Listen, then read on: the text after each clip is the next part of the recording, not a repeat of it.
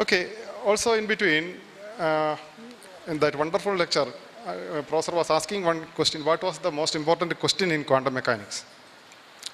I think most of you remember. What is that, how many of you remember? He gave the answer also. What is the most fundamental problem in quantum mechanics? Most fundamental problem in quantum mechanics is nothing but calculation of eigenvalues and eigenfunctions, to be very precise. Otherwise, what are the possible states that you have to calculate? Now, most of the lectures in this series are focusing on fundamentals of this beautiful subject. I am deviating a little bit to show you that quantum mechanics can be applied in real life also. While introducing the person was speaking a little bit about my areas, technology-driven basic research. What is technology-driven basic research? My prime area of work has something to do with industry or engineering, to be precise. That is why technology-driven. So that does not mean that I am working as an engineer or interested only in applied area. The fact is that, just like Professor Richard Feynman has put it, there is for every physical idea, there are two aspects. One is philosophical aspect as well as practical aspect. And sometimes more interested in the second, practical aspect. I'm also honestly looking into what is happening in the philosophical side or fundamental side also. Okay, let me ask the students, how many of you are familiar with the Feynman's lectures in physics? Just if you raise your hand, that will be good. Okay, thank you very much. Okay.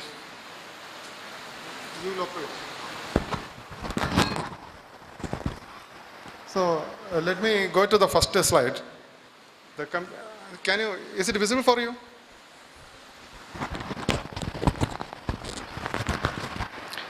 The first slide, this computation in quantum mechanics. I think most of you will agree if I say that majority of the topics you have been taught in classes as related to calculation of something.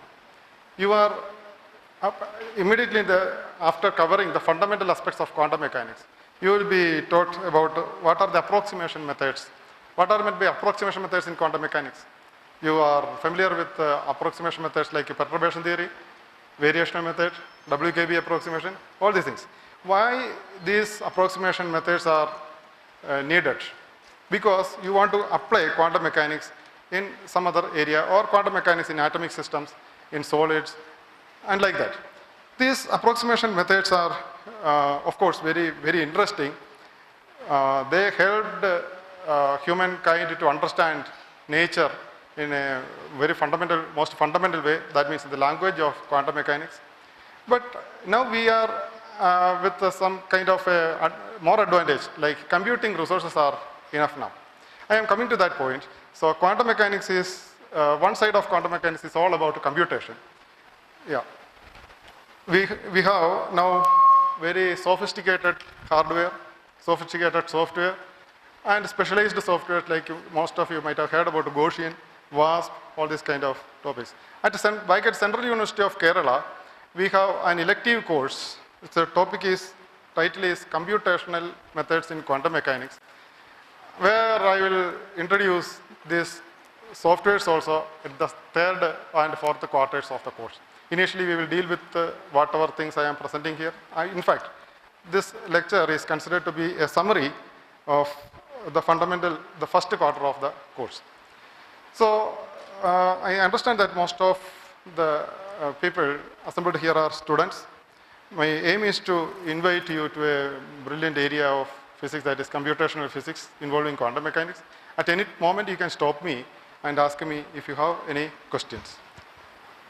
Yeah, let me read through one of the passages written by one of the very famous theoretical physicists who has developed quantum mechanics, contributed much to the development of quantum mechanics, but in the applied side, this Professor Hartree, he has written like that: in most numerical work, a working sheet will be useful for recording a clear and orderly arrangement of this working sheet is a great help. Okay? Numerical work should not be done on odd scraps of rough paper. Use of ruled paper is a help in keeping the layout of the work. It is advisable to use loose sheets rather than a book, since it is easy to make mistakes in copying from one page to another. Understood? If you search Physical Review Online Archive, have you seen Physical Review Online Archive? At least a few of the students might have seen. Then your college or university might have got a link to APS site. It's a site of where you can get the physical review journals. You can otherwise also read the abstracts of the papers. There you simply search, make an author search to Professor Douglas Hartree, and you will get a lot of papers. Hartree has written Hartree method, Hartree-Fock method, self-consistent field method. These topics are at the most fundamental area in the applied quantum mechanics, I say, maybe in atomic and molecular physics, solid state physics, like that. Till now we haven't invented better computational methods than what is put forward by Hartree and Fock method. We had simple modifications based on Hartree-Fock method, like a density function theory and so on. So the idea of Hartree is very good. In this topic, in this lecture, I'll just focus on a few aspects. First, I will speak about the bound state problems using grid. That is shooting method. That is one method. Second is matrix method in grid-based approach. Second aspect of the grid-based method. Third is applications for quantum confined systems. Most of you might have familiar with the terms like quantum dots, wires, wells, this kind of areas. So very interesting topics. This from the experimental side, these are possible because of the advancement in solid state physics and technology made in the last 1 or 2 decades. And now we have the very famous variational method and last basis set approach. I think this will give you sufficient, may not be background, and an invitation, to be frank, to read through books and papers where computational methods are used to derive results. Okay? Yeah. Okay. I think, is it legible for you? I have a doubt. So let me also use blackboard. Otherwise, see, basic idea is that you have got a continuous line, that is x-axis. I am taking simpler situations, not because of mathematics is simple, but maybe because modern technology allows you to work in one dimension, like quantum well. In one way you can avoid mathematics, or you can use simple mathematics. Other way you can do interesting business also. So this is continuous line, x-axis. All the computational methods are about discretizing this continuous line this fashion. You want to think about continuous thing. I know that if the spacing is too small, you are approximating a continuous line. But the smartness of a computational physicist is to use lesser and lesser number of points for computation, so that you can set a trade-off between accuracy and compute resources. So that is what I have written there. The result is that your wave function psi can be represented by a column vector like that, psi at x1, psi x2, this is x1, x2, x3, like that. If you are using the language of the theoretical physicist, you may be thinking about now a discrete representation or discrete base for representing wave function. Anyway, this is true. I think that is better. I can on and off use blackboard as well as slide. I think slide is also visible now. There is a trade-off between light and visibility. It's okay. Now the idea is that once you have used a discrete lattice, you will have a continuous Schrodinger equation. This is a discrete Schrodinger equation. Okay, thank you. Yeah, next. This is the most interesting and fundamental calculation of differential equations. If you want to solve a differential equation or a boundary value problem, into one side time or other, you will have to use this kind of a calculation. I think this calculation is familiar. What does it mean? Can anybody say? Should I stand here, sir? Yeah. What does it mean? So actually, it is an approximation to definition of derivative, first derivative. The first sentence, all of you know. If you discretizing, the slope is the derivative. You are calculating slope at this point by calculating the difference in y direction, difference in x direction. Here actually, z and f are functions, f of z. So you are calculating df by dz at various points by calculating the difference delta z and delta f. That is this definition. So if you want to make a second derivative, this formula, difference formula, can be repeatedly used. Difference of difference, the second order difference. So this formula is very familiar. I think most of you know. I think without much elaboration, you can substitute df by dx into another once more derivative, the same kind of derivative formula, or let me say repeatedly if you apply derivative operator, you get the second formula. Anyway, these are very fundamentals. Only to build confidence I am putting this slide. So if you apply this formula to the one-dimensional time-independent Schrodinger equation, one-dimensional time-independent Schrodinger equation means that there is a second-order derivative for wave function, isn't it? You can rewrite the Schrodinger equation using this formula. The most interesting point in this formula is that this formula connects value of wave function at 3 points. One is at z plus delta z. Sorry, I am using z as the variable. Z plus delta z, z minus delta z, and at z. At 3 points, we are thinking about wave function. And the denominator we have delta z, which is the difference, discretization space. So this is the transformed, discretized Schrodinger equation, one-dimensional Schrodinger equation, time-independent Schrodinger equation. You also have V of z. V of z can be calculated with, if you are given with a potential function. V of z can be written down in the form of a table if you know the potential behavior of the potential with your experimental system. Anyway, an idea of V of z is known. It's a part of the problem. An idea of energy is not known. This is what we have to calculate. Idea of wave function is not known. That we have to calculate. So, immediately after writing down this formula, we rewrite. We take this term, psi z plus delta z here. Everything you are shifting to right hand side.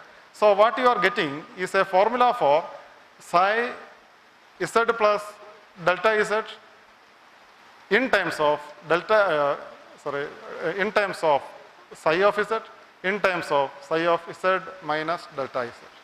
Put in another form, if you know value of wave function at z minus delta z and at z, you can calculate value of wave function at z plus delta z. Let me put it once again. It again means if you know the value of wave function at this point, wave function at this point, you can calculate value of wave function at this point. Is it okay? Comfortable? Very simple calculation. Yeah. So here comes the idea of shooting method. This shooting method idea is actually applied in other areas also. If you see the history of computational differential equation, boundary value problems, you can find that lot of application of this shooting approach. In quantum mechanics, it is done like this. You know that a very interesting situation is with which quantum mechanics is given to us. Two boundary conditions you can always set. What are the behavior, what are the important properties of a valid wave function? And what are the important properties? At minus infinity, at plus infinity, value of wave function should be 0. Value of wave function should be 0. Anybody, if you ask to anybody, they know this concept very well. So we are catching on that particular point. So we have, if you are taking the size, your problem domain between 0 and 400 points, your area of interest may be this point, between 150 and 250, potential variation. So you can safely take 0 at a practical infinity. 0 is a practical infinity. Practical minus infinity. Very far away from the domain, potential domain. Similarly, plus 400 is also very far off. So safely you can say that this point as well as this point are practically at infinities. So if you assume that value of wave function at 0 is 0, that part we know very well. What may be with the value of wave function at 1? Question is that wave function at psi 0 is 0. If I am putting it also as 0, nothing would happen. Near to infinity, wave function should be 0. It's an approximation anyway. You can calculate wave function at 2 using that formula, the previous formula. Can you show that previous formula once again? Yeah, this one. This formula you can calculate. Once you calculate the value of this thing, then you can calculate value of 3. Like that. You can calculate value of wave function up to plus infinity. That means up to 400.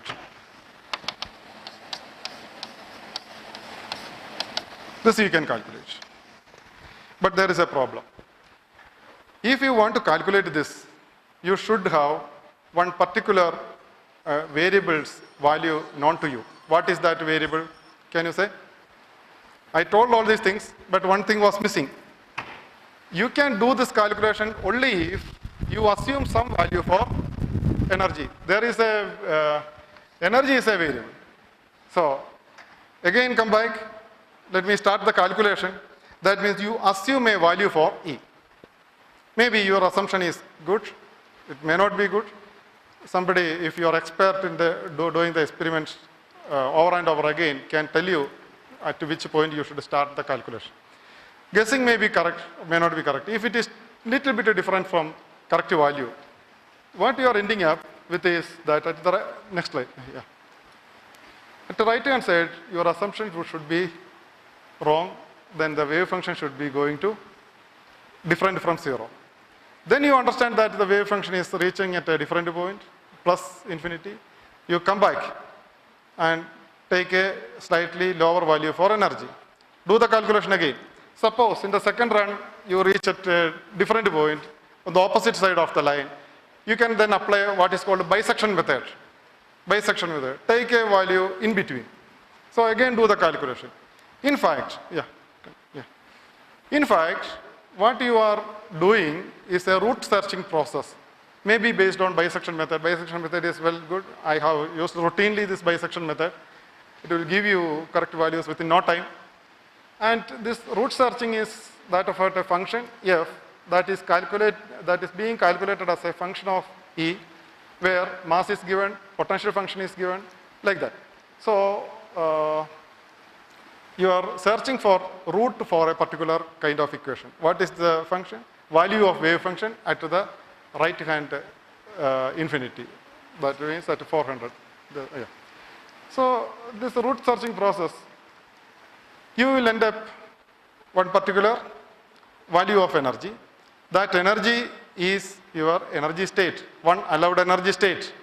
The function you found out, which is written as a table of various values of Z, is your wave function represented as a data. So at this point, let me quote from Professor Richard Feynman.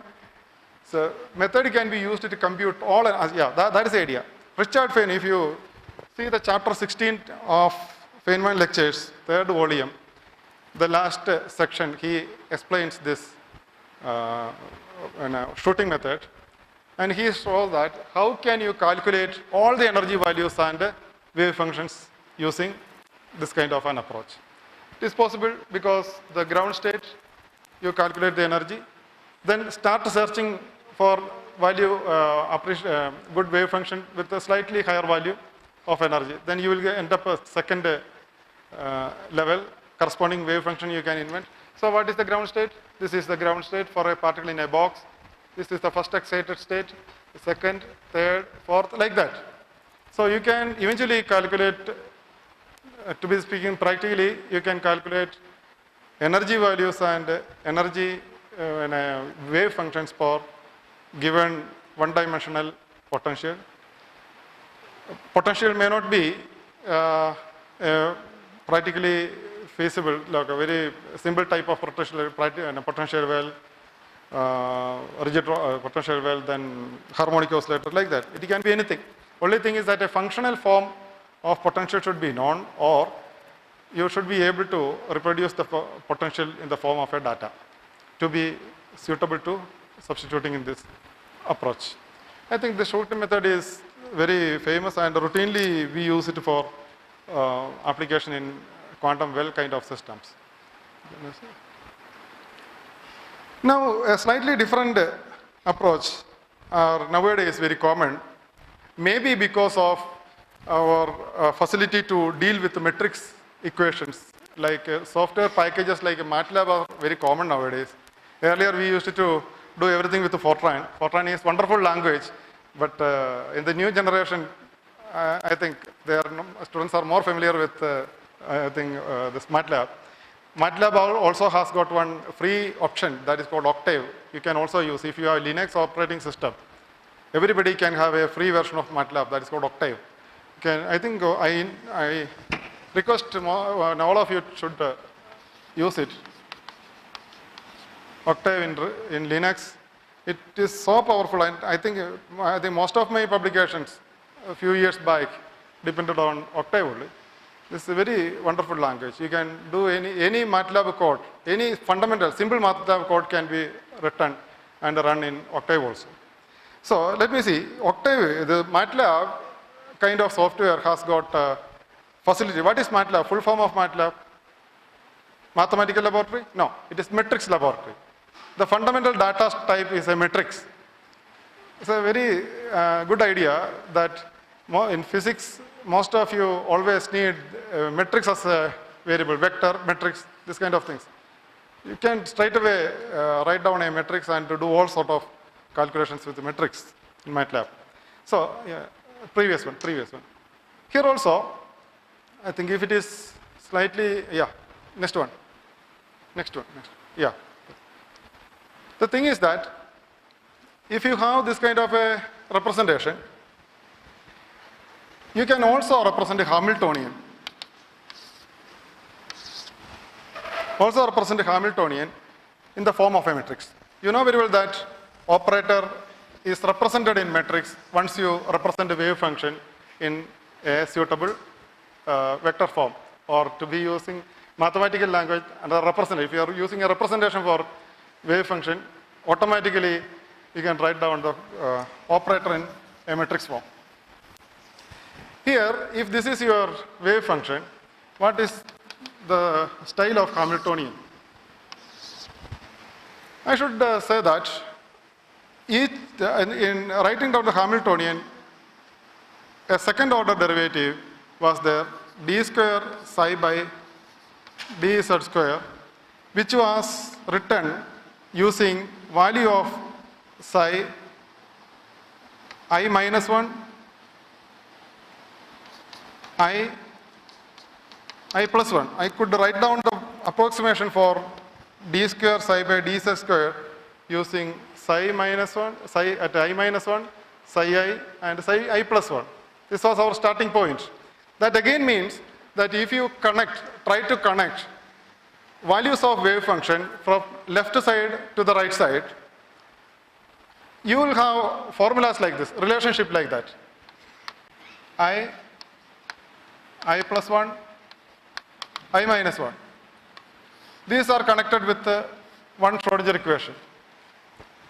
Then again I plus 1, I plus 2 connected to the second equation. Then third equation, like that. I am coming to say that you are getting a matrix representation for Hamiltonian, which is a band matrix, diagonal band matrix, where diagonal elements are not zero. The next I plus 1 everywhere, that is also non-zero. We call it a band matrix. All other terms are zero. Yeah, can you go to the next? Yeah, I think my preparation of slide was not very dramatic, that you are finding difficulty in seeing. Okay, anyway, I am coming to tell that this diagonal elements are only non-zero, others are zero. These diagonal elements contain values like, see, this is 2u plus potential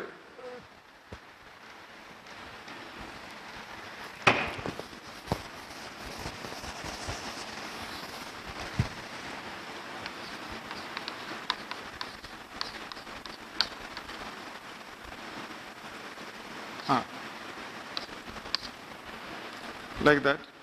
So next one is 2t0 plus v of 2, 2t0 plus v of 3, like that. t0 is a function of, what is the value of t0? Okay, in the next slide we can see, yeah.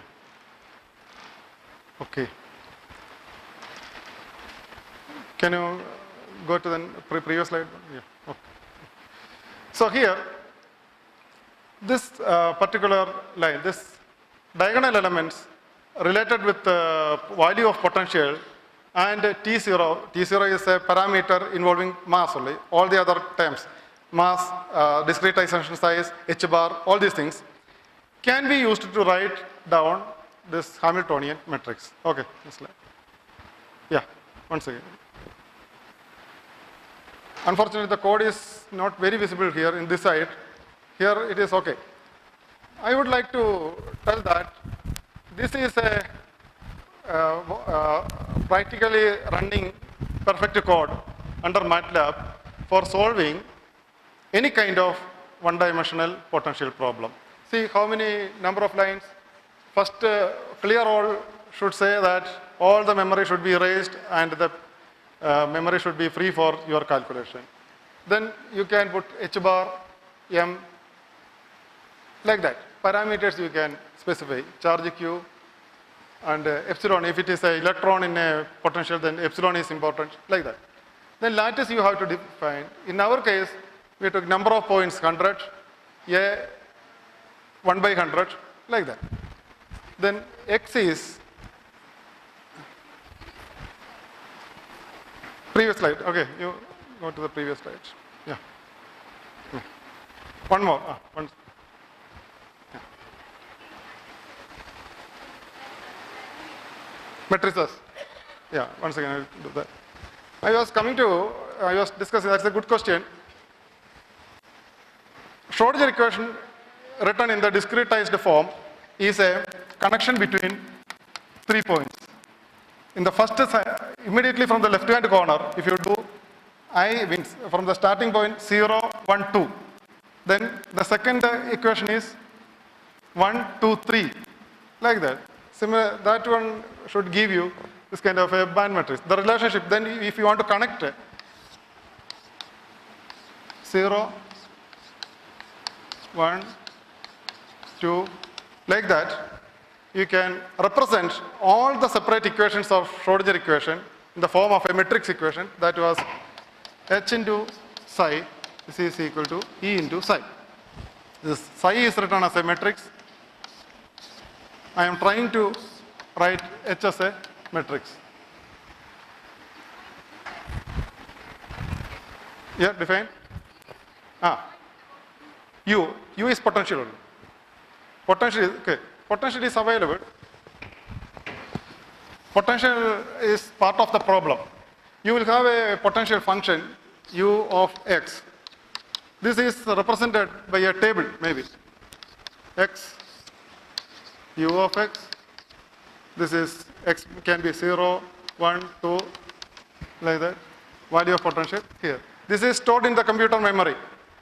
In this program, yeah, can you go to the program? Yeah. In this program, actually this potential function has to be defined separately. It can be a different file, or it can be defined separately as a subroutine. In any way, it is possible, very simple only. See, everything is done, then T is my kinetic energy matrix. Kinetic energy matrix means that everything devoid of U. Okay, that's okay. For the easiness of programming, I have separated it. Then U is the potential. T is the things in the band matrix, like that. So the last part, the last sentence, code is very interesting. It is written that VD, this with the syntax of MATLAB, EIG T plus V. T plus V is nothing but Hamiltonian matrix. You are storing Hamiltonian in the form of a matrix. This line only. MATLAB, I told you, this is basic construct is a matrix. This X is defined as a column vector. Like, I can write down what is X. X is equal to A star 1 NP. This is a definition in MATLAB whereby you are defining a column matrix X. There it should start from 1 east, this 2 double colon means that it is from 1 to NP, it will make an array with a difference of 1. Very simple way you can create an array. And you multiply with A. A is the size of the discretization lattice size. So you have a column vector already available. With respect to that column vector, we have this Hamiltonian matrix written in a very simple form. I think you can, if you have Octave code and this program is available here, you can reproduce the program, you can write the program once, you will understand all the syntax needed in no time. There is the commands like once. Once means that unity matrix will be defined, and multiply that unity matrix with a, okay, you can also write diag. Diag means that any array will be made diagonal. Like these are part of the syntax of MATLAB. I just want to tell you that with a few lines, you can solve a big problem in quantum mechanics. So this sentence is very important. This command is very important. T plus V has been defined as a matrix. T plus V has been defined as a matrix. Then EIG is a command that will solve an eigenvalue problem for a matrix. This is, I think, one of the most tremendous help we are getting in using MATLAB. Same thing we can do with Fortran also. Then we will have to invoke, we will have to, in the language of Fortran, you have to call one subroutine to solve an eigenvalue problem. That subroutine will take another 200 to 300 lines, or you have to use some kind of a library. If you are a professional physicist, this is not a problem. But for a PG student, or if you are an engineer or someone who want to quickly do some calculation, instead of using Fortran, you can depend on MATLAB or Octave, where this simple EIG command will find out this V is not this V. Okay, you can put this is U. Straight away you can solve the column vectors for eigenfunctions. D is a diagonal matrix containing eigenvalues. If you have any MATLAB or Octave software available, you can simply write a matrix, maybe a 3 by 3 matrix, define it as A, and do EIG A, and see what is happening. In no time, it will calculate eigenvalues and eigenfunctions. And if you have a matrix, calculation of the exponential of matrix is very important in quantum mechanics. Exponential of matrix. Many times you have to encounter exponential of matrices. In exponential of matrix, simply EXPM, matrix A. Immediately it will do the exponentiation. In my PhD time, I took 3 months in getting a working Fortran code which will exponentiate a matrix. But after getting a job, I found that what I did is wrong. Only within a few fraction of a second, I can calculate the exponential of a matrix. Okay, anyway. Yeah. I was talking about one-dimensional potential.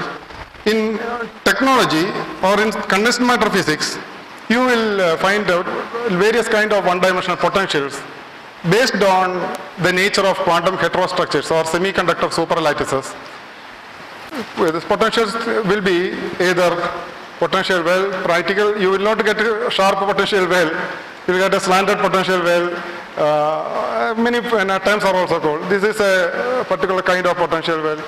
Anyway, the method of dealing with this kind of finite potential well is to enclose potential well within some kind of a box. You put what is box? As far as quantum mechanics is concerned, box is kind of a potential system where wave function will not leak out. So you fix kind of a assume some kind of a potential box. In between, at the center of it, you place your potential well or what kind of problem what you need. Problem domain should be confined at the middle of a imaginary box. So practically infinity will be set up at a reachable place, and you can reduce the size of box also, so that instead of 100 points you may solve the problem. In practical problem maybe with 500 or 600 points, but even then you will get results within reasonable time. Okay, next slide. Yeah. Okay, so at this point, at this point I should show some kind of practical applications of these calculations. And in fact, quantum dots, you might have heard about quantum confined systems. What are quantum confined systems? Quantum confined systems are semiconductor or metal semiconductor heterojunctions where potential systems can be designed, to be frank. Nowadays, it is sometimes called potential engineering. These people are doing like that. If you can create different kinds of semiconductor heterostructures. A quantum dot is a nanocrystal made of semiconductor materials that are small enough to exhibit quantum mechanical properties. Nowadays, I think some new term is also, people are calling up artificial atom. Artificial, that is small kind of box, semiconductor isolated box. Sometimes a practical cluster can become some kind of an atom. Practical, it is not original atom, it is not molecule, it is a quantum dot.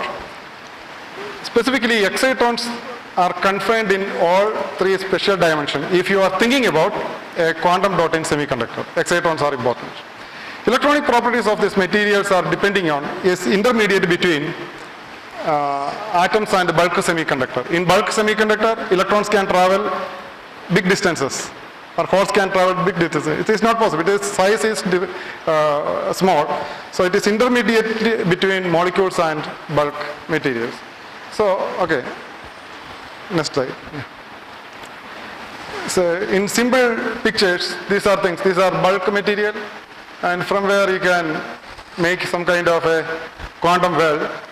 This is quantum wire. You can, by making suitable, we will come to that practical methods also later. Then you can quantum dot. The interesting thing is that the bulk material, the density of state will behave like this. Quantum well, it is like this. Quantum wire, you will have spikes. The quantum dot, it is delta function approximation. So anybody can nowadays read Wikipedia and it will give very good introduction to quantum confined systems. Yeah. So you know very well that band structure is an effect of bringing atoms closer. Okay, next slide. Yeah. This is a practical way of constructing heterostructures. you have got various kinds of semiconductor adjacent to each other. Then there is inherent potential difference. I am not using the terms of semiconductor physics. At least you can understand that gallium arsenide, if you are taking, on one side you have aluminum doped gallium arsenide, other side you have a simple gallium arsenide. So there will be a difference in potential. This potential difference can be used to create practical potential wells. Next slide. So this is actually a quantum well based on gallium arsenide. In the other side of a gallium arsenide slice, you have aluminum doped gallium arsenide. So practically what you are getting is a box kind of situation. Here potential is high, here also potential is high. In between you will get a low potential area, mimicking just like a well. So here the electron or hole is free to move in 2 dimensions and restricted in 1 dimension. It is exactly one kind of a practical way of creating quantum wells. Quantum wells are actually a practical reality nowadays. Quantum well laser has been with us for past 20 years or more. It is practically available. It is available now. I think this also has contained some kind of a semiconductor heterostructure in it. This laser is based on semiconductor, isn't it? Next slide. Yeah. There are 2 types of heterostructures. If you have a well, you create in such a way that the potentials are behaving in 2 ways. Like in opposite way, then it is type 1, same way it is type 2. Just a way of arrangement only. Next. Yeah. If you are thinking about a quantum well,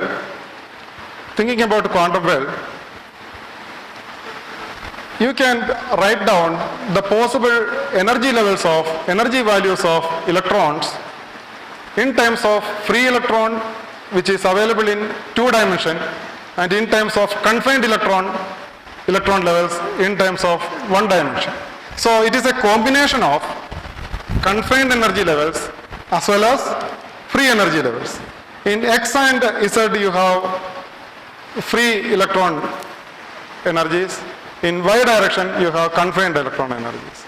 So it's an interesting aspect actually. It is in between. The confined levels you can have various levels like ground level, first excited state, second excited state, like that. Amplifier, okay, modulated with free energy, energies of free electrons. Yeah. Next. Yeah. If you apply the shooting method or the equivalent matrix approach, you can calculate energy values in terms of well width. What I am trying to show you is that you have a simple program. This is the system. Potential you know. This is the potential, and you are discretizing the place with 600 points. 600 means what? Plus 300, minus 300. You are confining your potential between minus 100 and plus 100, and run that shooting method with the lowest value of energy. This is the ground state value of energy as a function of well width. See, once you have written a program, it is quite easy to change the well width and again calculate energy. See, next point, this kind of diagrams can be easily drawn. I have done it. See, in fact, this I have copied from another source, but same calculation my students are doing as practical. They are all completing this kind of exercise within 2 hours, maybe 3 hours, like that. They can calculate first excited state, second excited state, third excited state, like that, as function of well width.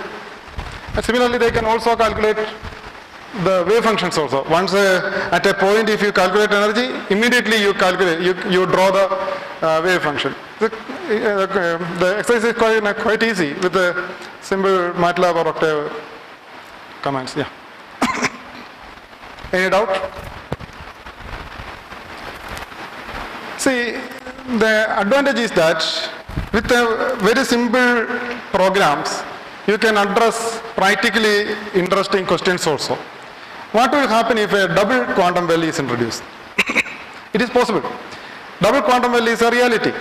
You know, it was, of course, let me tell you that I have learned about this shooting method from a very famous book, that is, Feynman lectures I have mentioned. But before that, I have read it in a third chapter of a very famous book on modern physics written by Professor H.S. Mani. H.S. Mani, I think, visiting you tomorrow. The third chapter it is written. In the last portion it is very nicely described how you can practically calculate energy values and energy functions. So I had, sorry. He's here already. That book you can read. Very nicely he has explained how you can calculate the energy values and energy functions. Now, this double quantum wells are a reality, and this double quantum wells, in the top side I have shown how a double quantum well can be created using gallium arsenide system.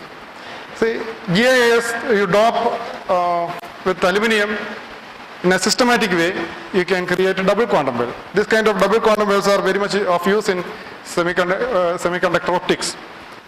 See, when the well width is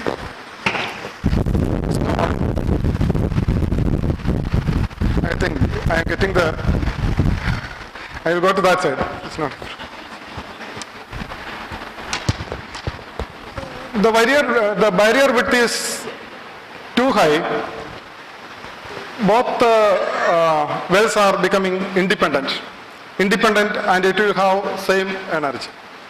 If you reduce the well width, wave function in one width and one well width will coupled to the wave function in the other well. It will start overlapping.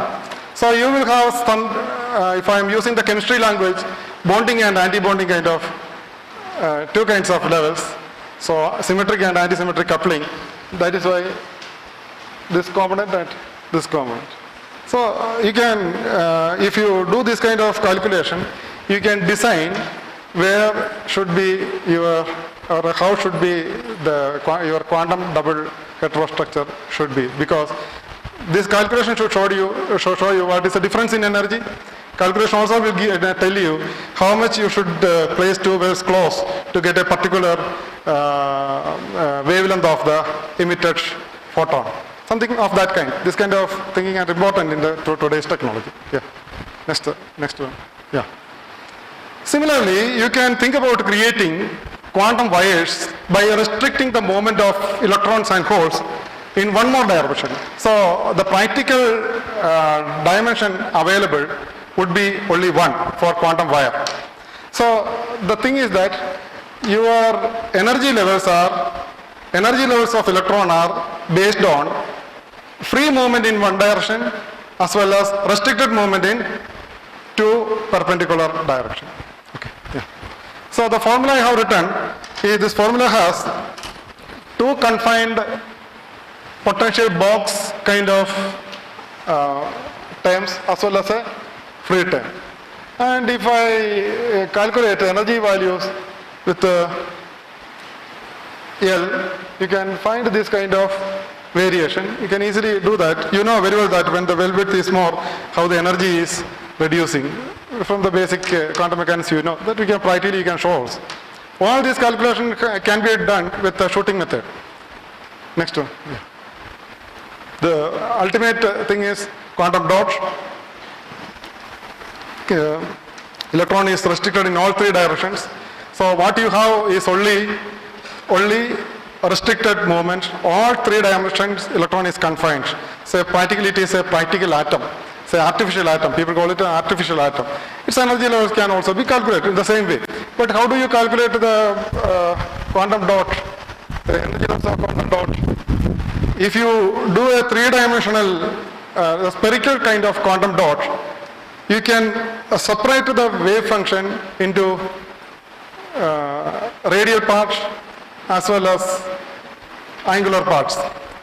The radial part can be shown to be, the equation of radial part resembles well with the one-dimensional Schrodinger equation. So apply the same technique. and you can get to the solution in terms of the shooting method. Then sometimes you are thinking about the finite width well width as well as infinite well width. It will depend on the kind of doping you are using. Okay, next is not very important. We will go to the next slide. Yeah. So the idea is that you can apply, once a program is written, you can use it to predict what will happen if an electric field is applied across the quantum well. Once electric field is applied, you can see that potential will become slightly expanding. This is called some kind of a Stark effect. Application of the change of energy levels of atoms or quantum constrained systems under the application of an electric field. We know that the potential will have some kind of a different shape, and due to that, energy values will have some kind of a change. This change in energy value can be engineered by suitably calculating how much dose of electric field has to be applied, so that you can tune your optical device, or some other application you can modulate your optical output, something like of this kind. You can use anyway applied electric field to affect the energy levels of quantum constrained systems. So that also you can calculate. So coming to excitons, exciton, what is an exciton? Most of you know very well, but it is a bound electron-hole pair moving together in a semiconductor is called an exciton. See, once an electron is created, electron and hole will have opposite charges. You can assume a classical picture, then you can think that it's a pair moving under its own binding within the bulk of the semiconductor. And of course, when you are thinking about the energies of electron and hole, band gap should be considered. Exciton energies are also to be considered. In a bulk kind of material, excitonic effects are important only if the temperature is very, very small. But it is not the case with quantum constrained systems. In quantum, next slide, you can go. Exciton binding, one more. Yeah. So in excitonic binding energy, this calculations at this point is not very important. Excitonic binding energy can be calculated by calculating the band gap, by calculating the quantum confined states of, quantum confined energies of electrons and holes separately. Also the energy associated with the application of external electric field, like that.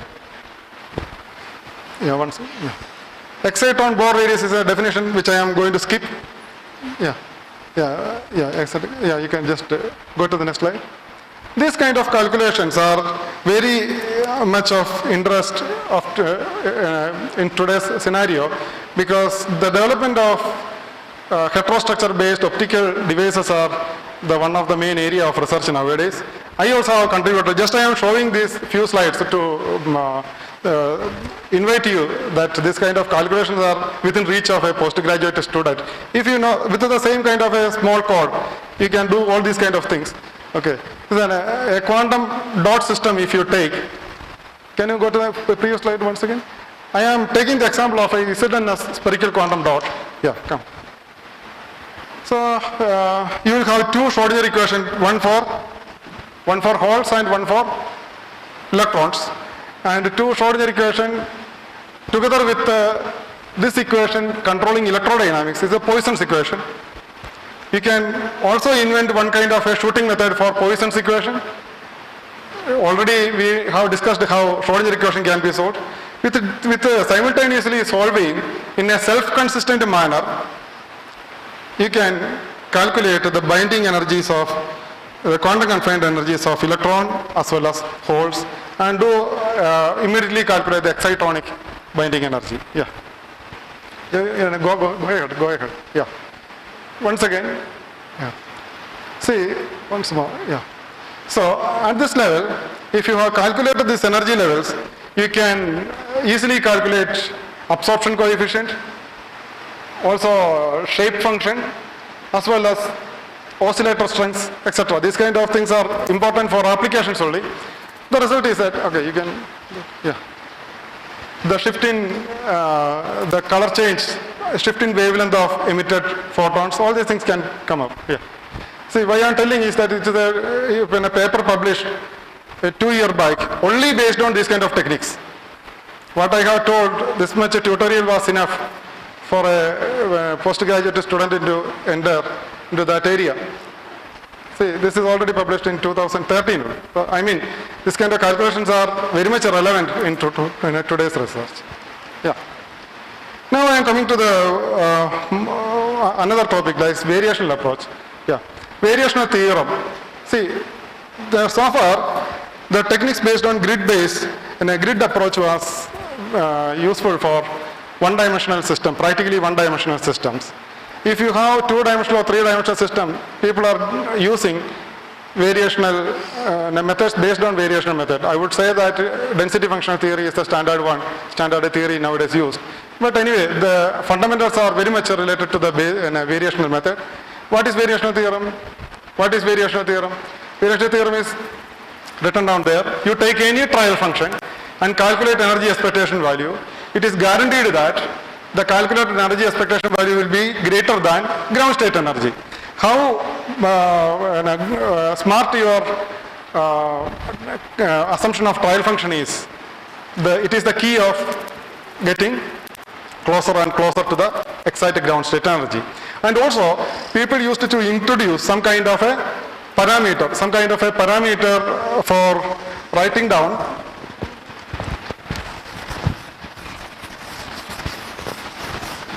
trial wave function, and you can change the parameter alpha till you are getting lowest value of energy. This is the exercise, standard exercise you have done in quantum mechanics textbook. Yeah. So this is generalized. Okay, previous slide once again. Previous slide. Yeah. What I have told is actually the fundamental variational theorem. You know very well that it is a question, standard MSc question. How can you calculate the excited state using variational method? What is your answer? You know that any trial function you take, that will give you approximation to the or upper bound to the ground state energy. How can you calculate the excited state? You start with another trial function which is orthogonal to the ground state approximation. So your result will be naturally an approximation upper bound to first excited state.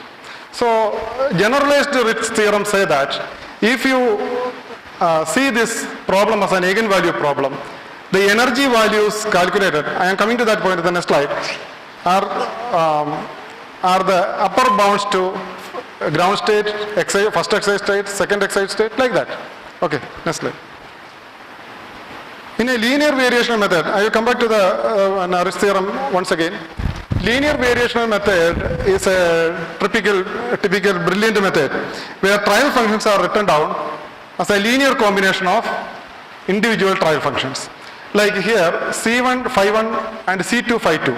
C1 and C2 are expansion coefficients or variational, these are the variational parameters used in linear variational problem. So phi1 may not have an explicit dependence on another variational parameter. This can also be, but in general, well-known functions are used as trial functions and you use a linear combination of such simple wave functions. Okay, the result is that, the next slide, can you go to this? Yeah. The result is that if you use a linear combination of two wave functions, then energy values, expectation value is a function of this form, C1 square H11 plus 2 C1 C2 H12 plus C2 square H22 C1 square O11 C2 square O22. This is simple plugging into that original formula where H11, O11 are phi 1, h phi 1. Okay. Hij means phi I, h phi j. Is it okay? Similarly, O ij is product of phi I, phi j. Okay? You may think that phi ij may be 0, but it is happening only when phi I and phi j are orthogonal functions. I have never told that. Practically we are thinking now about a wave function which are not orthogonal. We are taking general functions.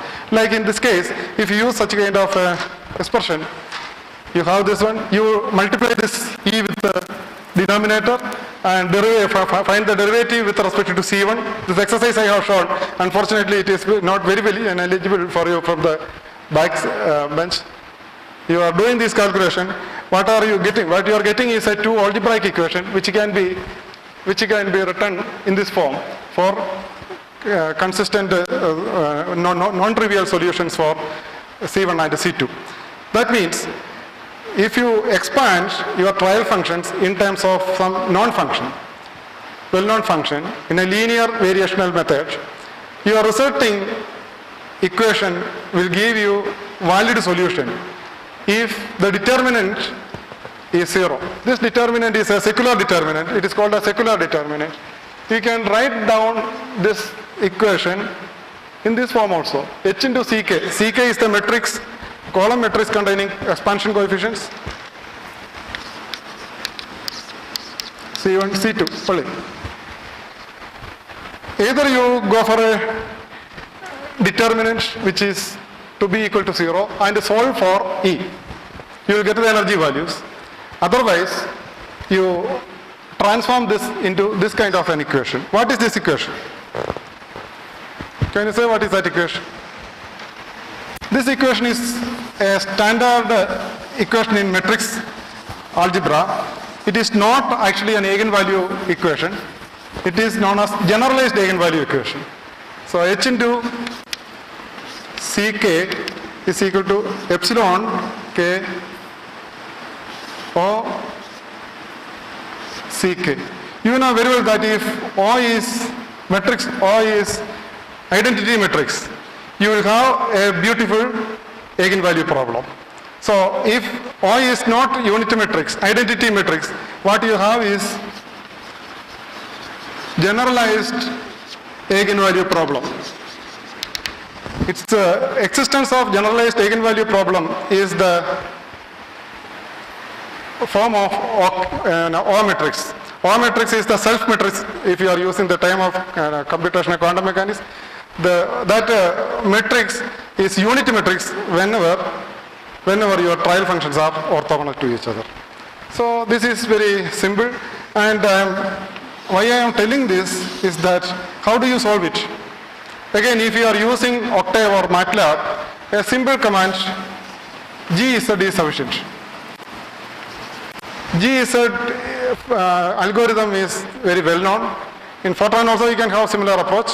In GZ algorithm, if you are using GZ bracket that matrix, any matrix, what matrix? H should be given, O should be given. Because computer doesn't know what is H and O.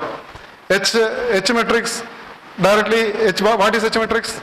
H matrix is simply Hij matrix, matrix elements of which kind?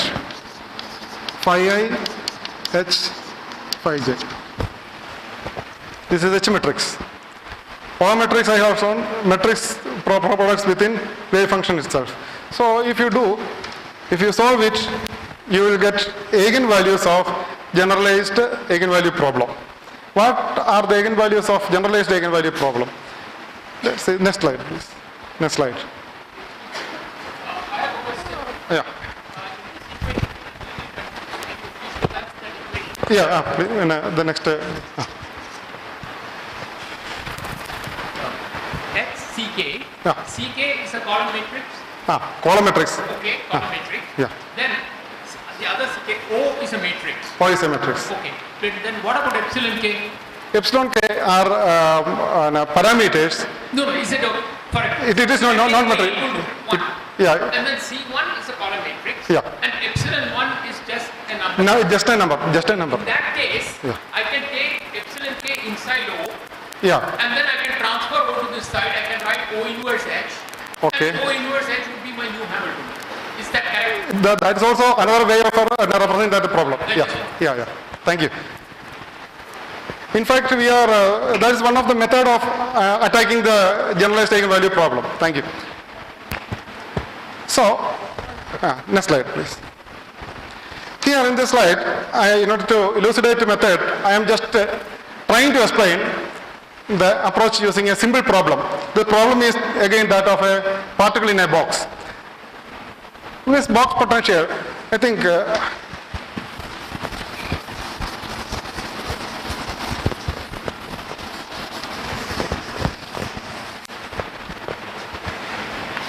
I am thinking about the ground state energy only.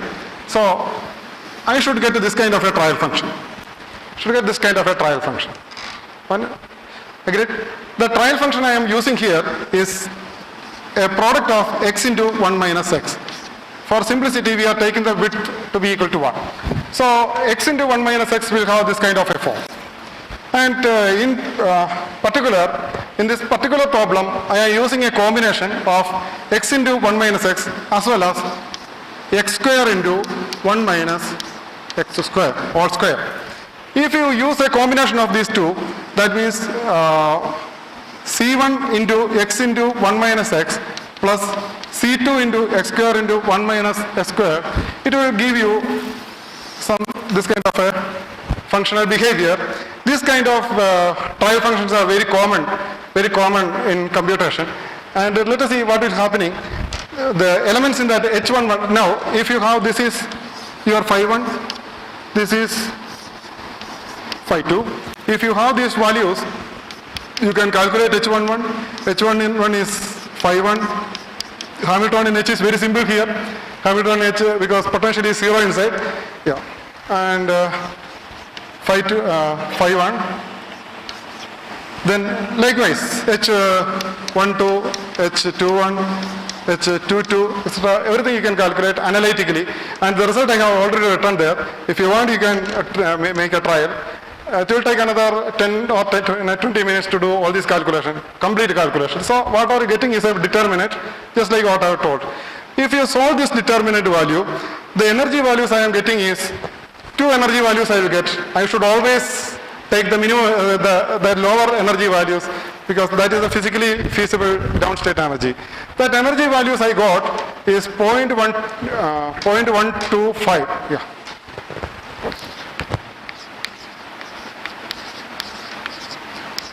H squared by m, some h squared by m. If m I can take unity, h I can take unity otherwise. This is the value I am getting, where exact energy value in this problem is very close to this, 12500 h squared by m, something of this kind.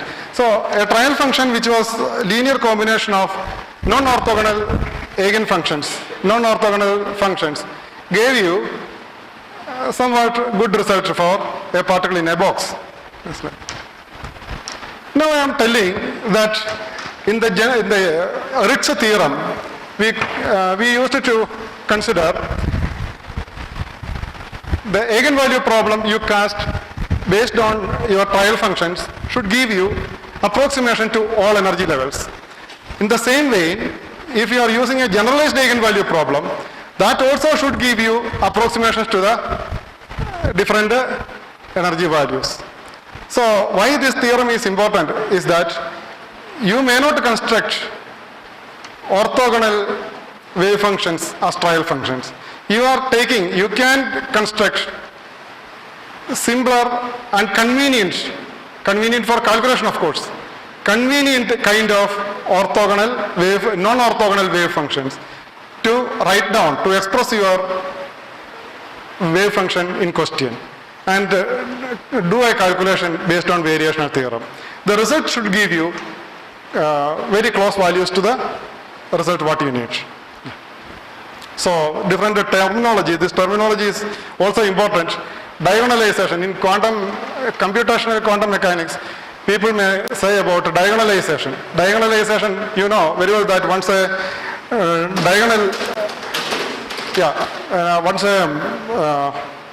eigenfunctions as vectors are calculated, you can combine these eigenvectors to form a diagonalization matrix. So in effect, diagonalization, in the diagonal, the energy representation, the Hamiltonian should have diagonal form. So generally diagonalization means solution of Hamiltonian equation. So LCAO, very close, very famous term, linear combination of atomic orbitals.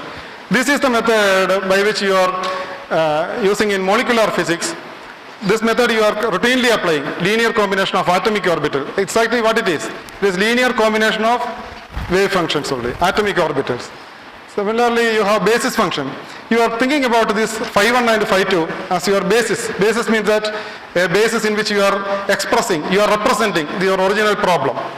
Okay, now I am coming to the few slides which will introduce you to the terminologies used in present day computational quantum mechanics. Yeah. Basis set representation, just like what I told, non-orthogonal wave functions can also be used. Sometimes they are of very convenient for expressing your wave function in question. Okay? In chemistry, basically, chemistry at the period of John Slater. Have you heard about John Slater? John C. Slater? Again, Physical Review online archive. You go and search for John C. Slater. You will get a beautifully written tutorial papers. At that time it was research papers. The tutorial papers, you can read it over and over again. Tutorial papers which will describe all these methods. See, in a very simple English, very simple and good English it is written. Anybody can, I think it is available in the archives also, can read these papers. John Slater introduced the idea of using basis function for doing molecular physics calculation. He thought that instead of going for exact or trial functions which are close to the solution itself, you use linear combination of hydrogenic wave functions. Hydrogen wave functions can be taken as basis, phi1, phi2, phi3, etc. One important thing is that, the concept is that all these hydrogenic wave functions will have a dependence of e raised to minus alpha into r, this kind of exponential functions of radius, isn't it? It is there with the hydrogenic wave functions. This kind of wave functions are used as basis. That was the idea of Slater. Slater has done a lot of work with this kind of wave function. He has introduced the term Slater type orbitals. Slater type orbitals means STO, means Slater type orbitals. Slater type orbitals are the functions used to express as trial functions for molecular levels. Okay.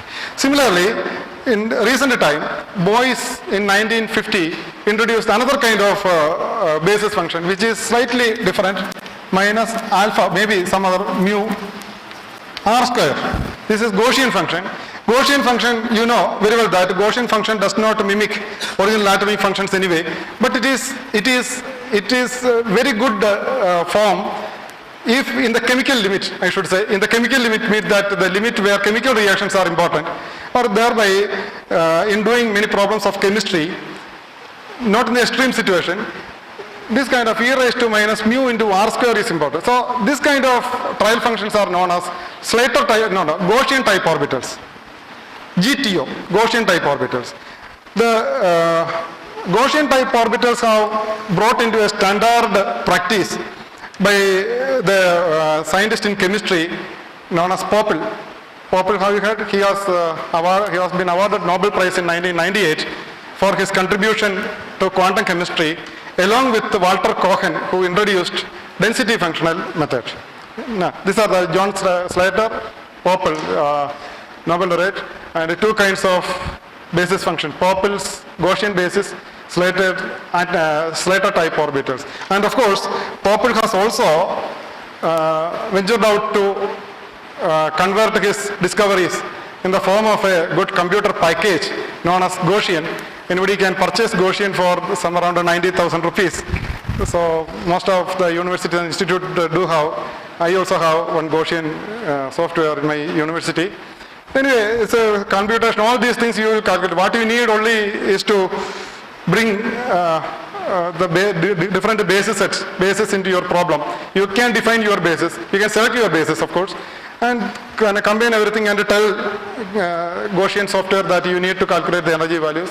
It will take some time, but anyway, one kind of solution is available. This is the routine method with which chemistry people are using quantum mechanics, of course.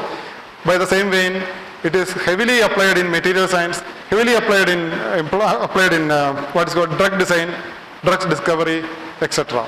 On the other way around, computational physicists, solid-state physicists are more familiar with another kind of basis function, that is plane wave basis function.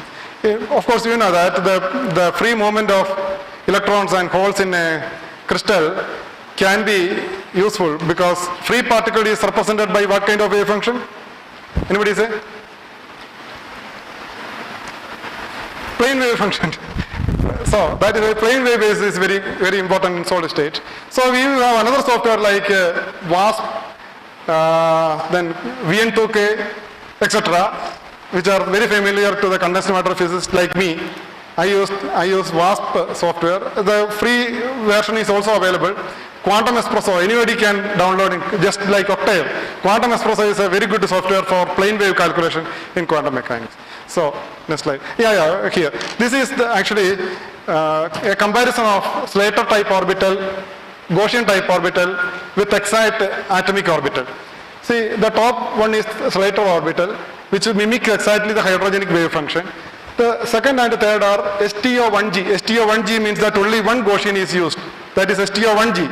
STO3G means that three Gaussian functions are used to mimic that Slater type orbital. Okay, these are the standard terms used in computational chemistry. Okay, next slide. Okay, now I am, without much elaboration, I am just explaining how a Gaussian wave function can be used for calculating ground state energy of hydrogen. It is very interesting to see that the Gaussian functions yield closed form solution, closed form integrals and derivatives. You know very well, Gaussian can be very easily handled. So you are calculating the Xij as well as Sij analytically. If you are using two wave functions, it is enough. Computation is very simple. Sij is our Oij. I used the different notation here, only that Hij and Sij can be analytically calculated. Can you go to the next slide? This is another program. A small program, you see, it is written in Octave. Octave means that how many lines? Some of the 10 lines are sufficient, where simply you have written one, first line is the definition of parameters, second line also definition, third line is the combination of different C1, C2, C3, etc. Then you can use two for loops for writing down your O matrix, that is S represented here by S, as well as H matrix. Then you see at the last line, energy is calculated using a simple command QZ. QZ, you know, just I explained, it is the routine for solving generalized eigenvalue problem. The input parameters are Hamiltonian matrix, Hij as well as Sij. You will get a solution in no time. Result I am not plotting here, but anyway, you can do this calculation. Very good result is guaranteed. Okay, one more problem. Okay, introducing plane wave basis. Plane waves are very famous. Yeah, next slide. Yeah, plane waves represented by combinations of functions like e raised to I k n x, where kn is what? Plane wave parameter, isn't it? Yeah, 2 pi by a into n, where you are thinking that wave function behave live in particular box. Yeah, that you can write down the k in terms of n and a, standard practice only, and expand your trial function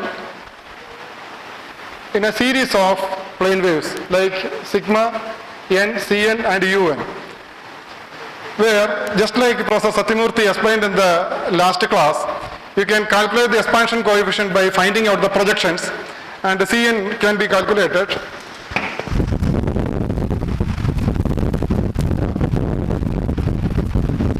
and the wave function is written in terms of Cn. Yeah, next slide. So here also, calculation of matrix elements is easy because plane waves are easy to handle again. Within the box and outside the box, you can calculate various matrix elements. The same exercise only, without much, let's see, this is a box kind of situation I have taken, particle in a box instead of, a particle in a well instead of box. So minus V0, finite potential well I took. So this is the matrix elements for potential. Matrix elements for kinetic energy is already written there. So, yeah, next slide. Yeah, again, a small program, it is sufficient. Here also, but here plane waves are important because it is orthogonal. Plane waves are orthogonal, unlike the other Gaussian functions. So instead of using GZ routine, you can use EIG routine, eigenvalue problem you can call for. So this plane waves are also very good. If you do practically this problem, you can see that the energy levels calculated using plane wave basis is very close to analytical results. This is also a standard exercise in a practical lab. So these are the, I think I should conclude because at least you might have got a feeling that you can deal with the quantum mechanics in practical life with a computer costing some 20,000 rupees and Linux available for free. Okay? Yeah, I think you are, and of course you have books like Money and Methods, Modern Physics. I think new edition is not available. That is a problem nowadays. Please provide it. Yeah. And also some more books. You can go to the next slide. Yeah, to go further, now I didn't include time-dependent phenomena. Then many-body methods like a self-consistent field method, density functional methods like that. Then exercise based on Gaussian, WASP, quantum espresso. These are also not dealt with. I think this will be the part of my course. Okay, next slide. Yeah, these are the references, main references I used. The first reference book, that is Paul Harrison, Quantum Wires and Dots. I confess that some of the diagrams I have taken from authorized or unauthorized soft copy. Okay. Secondly, Vincent, Computational Physics is very interesting and a serious book. But if you plan to do research in computational physics, you have to use this book. Third one, Supriya Datta has explained how these kind of calculations can be used to deal with the quantum transport problem in a nanoscale transistor. So he is the inventor of Datta spin transistor. So the next one, Driscoll, is also a good book. In Computational and Quantum Chemistry, it tells you how chemistry problems can be dealt with using a spreadsheet program like Excel. It's a good book. They will also give some extra Excel sheets also. That is a good introduction. So there are a lot of books, and this is what I had to tell you. If you have any further question, you can ask, or you can come to my university very close to this place. Yeah, I welcome your question.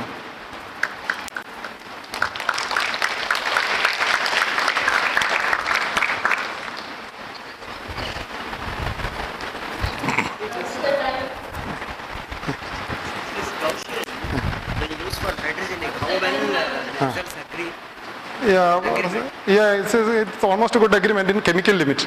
Chemical limits say that you cannot solve the problem of ionization kind of thing. Yeah, if you are using for calculating the molecular levels or this kind of calculation, it is good. And also it is good in the sense that yeah, it is okay. It is good, almost a good result you can get. Because Maybe I am not very, I am using Gaussian because of... Gaussian is used so much in... chemistry, chemistry. Yeah. I think most of the people are using it to see whether something is possible or not. So inserting one kind of system into another, it will definitely tell you whether it will sit there or not. Yeah. But for large calculation, I am using WASP. That I can tell you, anyway, big quantum dot if you are using, at least in it will give you a very good result, but you are using very large number of plane waves. Yeah.